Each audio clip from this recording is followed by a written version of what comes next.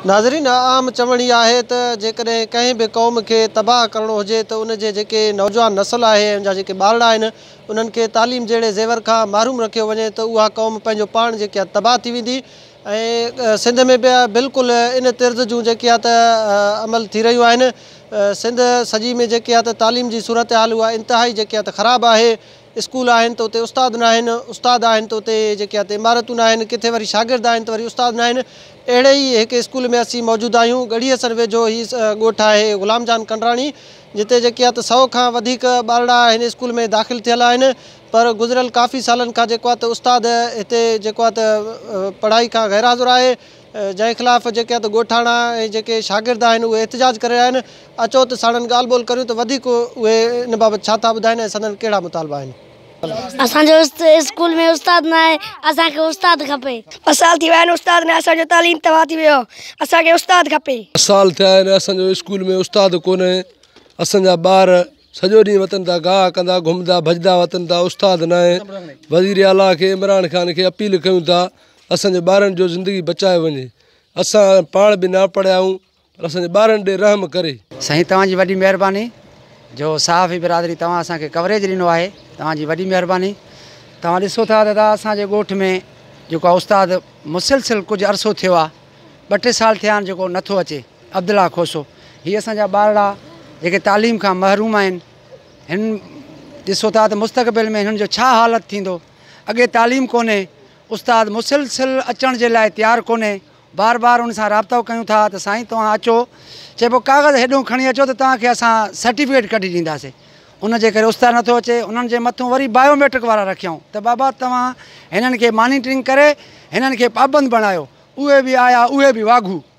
बसि उहो उन्हनि खां जेको आहे मंथली ॿधल आहे, मंथली वठी करे जेको आहे हलिया वञनि था। उस्ताद नथा अची, ॿारनि खे को पढ़ाए ई नथो।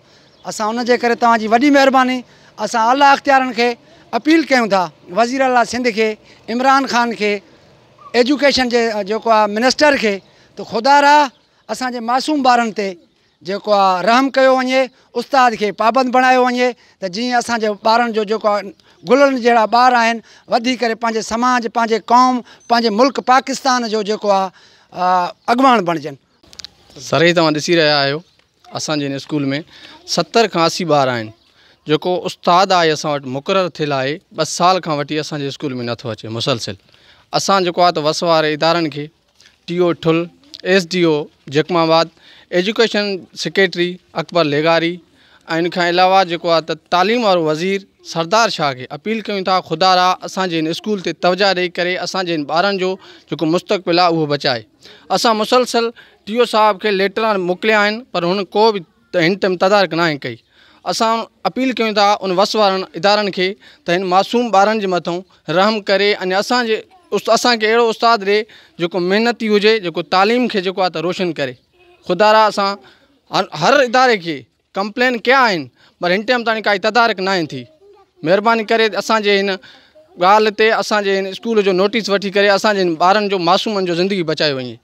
असांजो अर्ज़ु आहे, असांजा ॿारनि जो ज़िंदगी ख़तमु थो थिए। असां अर्ज़ु था कयूं वज़ीर आज़म खे, वज़ीर आला खे, इमरान ख़ान खे असांखे मास्तर मिले अहिड़ो जेको असांजो ॿारनि जो ज़िंदगी बचे।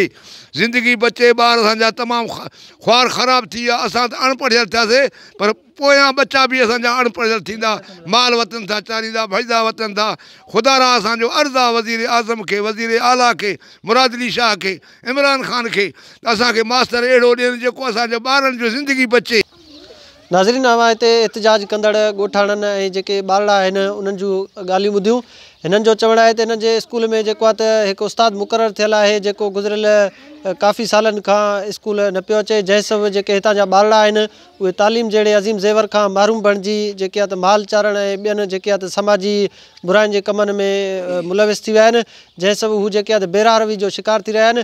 हिननि सिहत तालीम खाते जे अख़्तियारनि खां मुतालबो कयो आहे त नोटिस वठी उस्ताद खे जेको आहे त पढ़ाई ते पाबंद कयो वञे ऐं गॾोगॾु जेके आहे त कुझु उस्ताद वधाए वञनि ताकी जेके ॿारड़ा आहिनि उहे बहितर नमूने सां तालीम हासिलु करे सघनि। कैमरा टीम सां गॾु अब्दुल गनी खोसो, जेकब न्यूज़, गढ़ीअसन।